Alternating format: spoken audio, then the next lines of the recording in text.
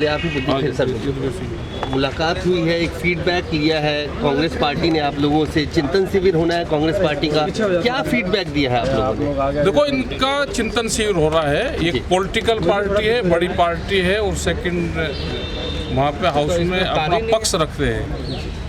तो हमने अपना फीडबैक दिया है, वो एमएसपी के ऊपर दिया है, पानी के ऊपर दिया है, बिजली पे दिया है, उन सारी चीज़ों पर हमने अपनी बात रखी और हमने कहा कि आप अपने चिंतन शिविर में ये हमारा पक्ष रखो और जब भी हाउस में, क्योंकि हाउस में पक्ष और विपक्ष दोनों रहते हैं, वे अपनी आवाज़ उठाते हैं, तो हमारा पक्ष रखें और अपनी गाइडलाइन ये पार्टी भी तय करें और जो भी और पार्टी लाइन पे बात करेगा हम सबको अपना पक्ष देते हैं, सरकार को भी हम देते हैं अपना और जो विपक्ष है इनको भी देते हैं। जब इनकी सरकार थी तो विपक्ष में बीजेपी थी तो हम उसको भी देते थे, सबको देते हैं। एमएसपी क्या बात आपने रखी है हुड्डा साहब? एमएसपी पे रखी कि एमएसपी पे गारंटी कानून बने। हुड्डा साहब की एक कमेटी पहले भी थी तो उसमें भी बहुत से सुझाव थे। बिजली पे भी रखा, जो बिजली अमेंडमेंट बिल है उस पर भी रखा है, हमने अपनी बात रखी। बैंकिंग वाले मसले पे भी अपनी बात रखी। ये सारी चीज़ें। ठीक है साहब, सरकार के साथ जो बातचीत थी, आपने कहा कि आज विपक्ष से बातचीत कर रहे हैं, लेकिन क्या सरकार के साथ पूरी बातचीत अब टूट चुकी है? नहीं, टूटी नहीं, वो भी चलेगी बातचीत।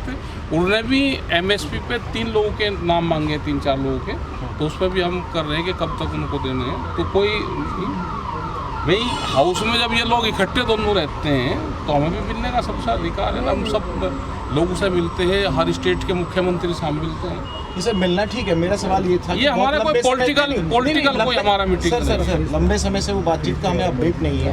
वो अपडेट हमें दे दीजिए कि जो तमाम कमेटियां बनी थी उसमें कुछ वो अभी कमेटी नहीं बनी, अभी एमएसपी पे कमेटी पे नाम मांगे हैं तो हम उनको नाम जल्दी उनको नाम देंगे।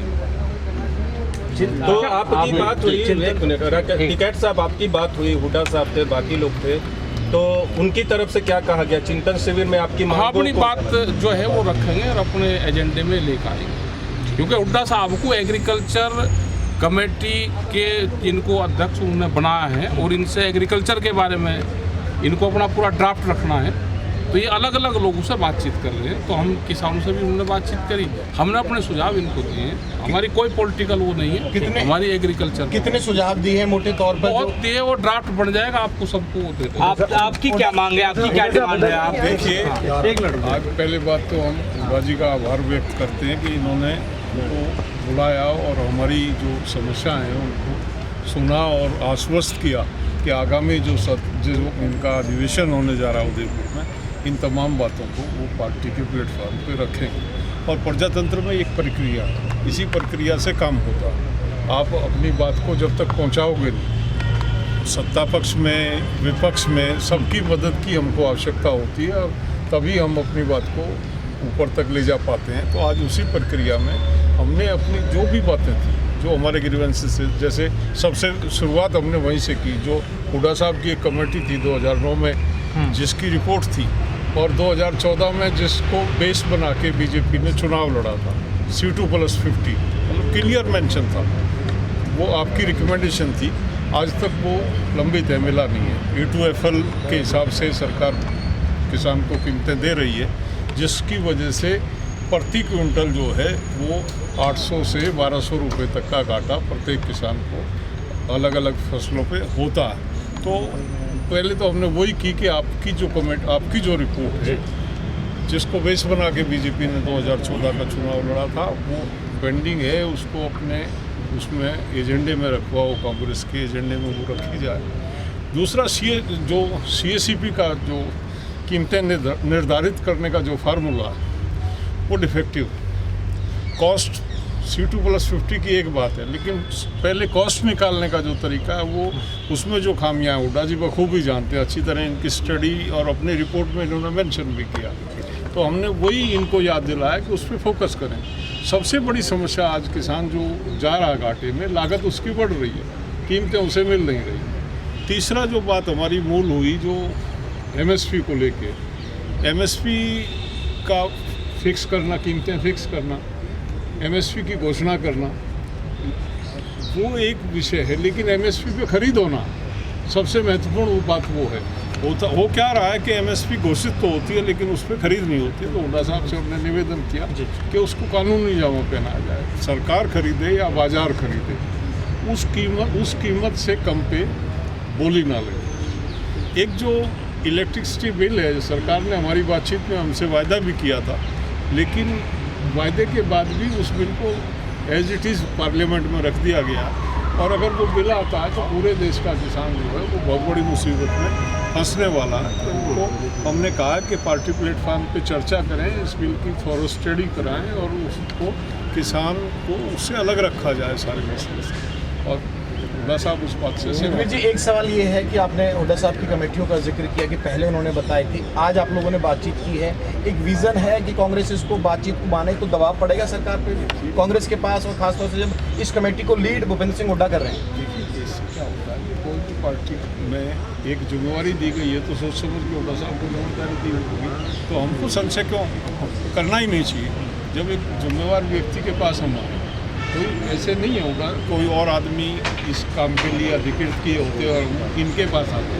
ये वो व्यक्ति हैं जिनको पार्टी ने अधिकृत किया, जो वो ताकत रखते हैं कि पार्टी के प्लेटफार्म पे एग्रीकल्चर के एजेंडे को रखने के लिए जो है अधिकृत है। हुड्डा साहब, आपसे सवाल सही प्लेटफार्म आपसे सवाल है कि किसानों की बातें आपसे यार इतना पीछे हो जाओ, लंबी मांग को किस तरीके से एजेंडे में शामिल करेंगे, चिंतन शिविर में किस तरीके से रखेंगे? देखिए, किसान 1 साल तक दिल्ली के बॉर्डर पे बैठे रहे। सवेरे थोड़ा जो कानून लाए थे, शुरू से इन्होंने कहा था ये किसानों के हित में नहीं। और मैंने भी कहा था, जब वो 3 ऑर्डिनेंस ही आए थे उस समय भी मैंने कहा था अगर 3 ही ऑर्डिनेंस लाते हैं, जो आज बात हुई है, तो चौथा ऑर्डिनेंस और ले आए कि कोई भी एमएसपी से कम खरीदता है तो उसके लिए सजा का प्रावधान होना चाहिए।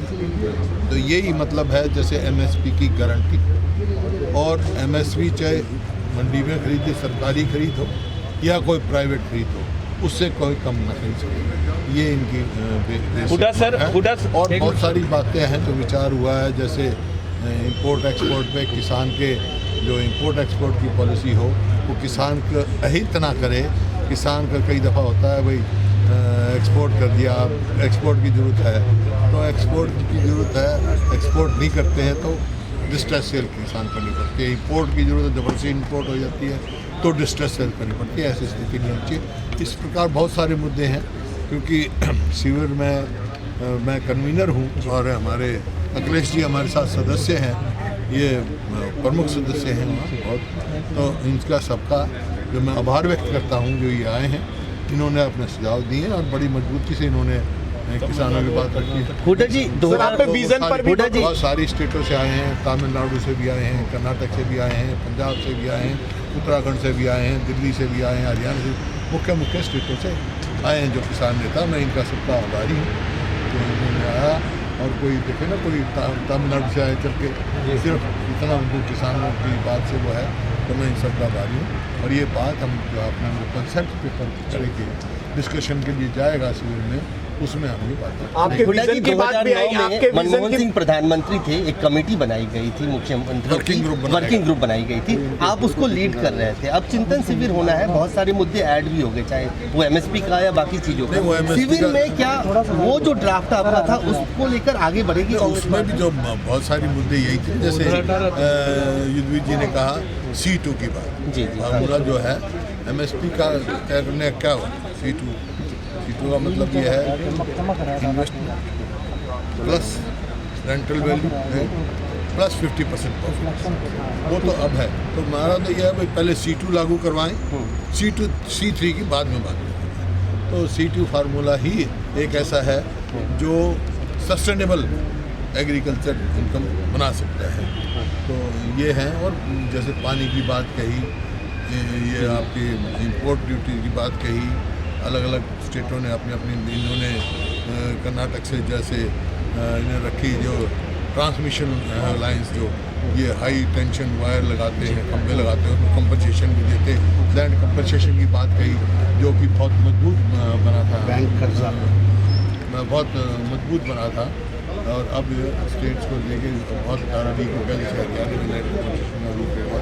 इसी प्रकार जो है इंडेप्टनेस की बात बताई बैंकिंग, क्या होना चाहिए, कर्जा कई जगह ऐसा करते हैं, एक बार कर्जा ले लिया, वापस कर दिया, डिफ़ॉल्ट हो गया तो दोबारा कर्जा नहीं मिलेगा। ये बहुत सारी त्रुटियाँ हैं, जो सारी बात काफ़ी देर में डिस्कशन हुई है और ये सारी बात जो हम कॉन्सेप्ट पेपर में रखेंगे, डिस्कशन के बाद एक अपना पार्टी की तरफ से पेपर हम जारी करेंगे।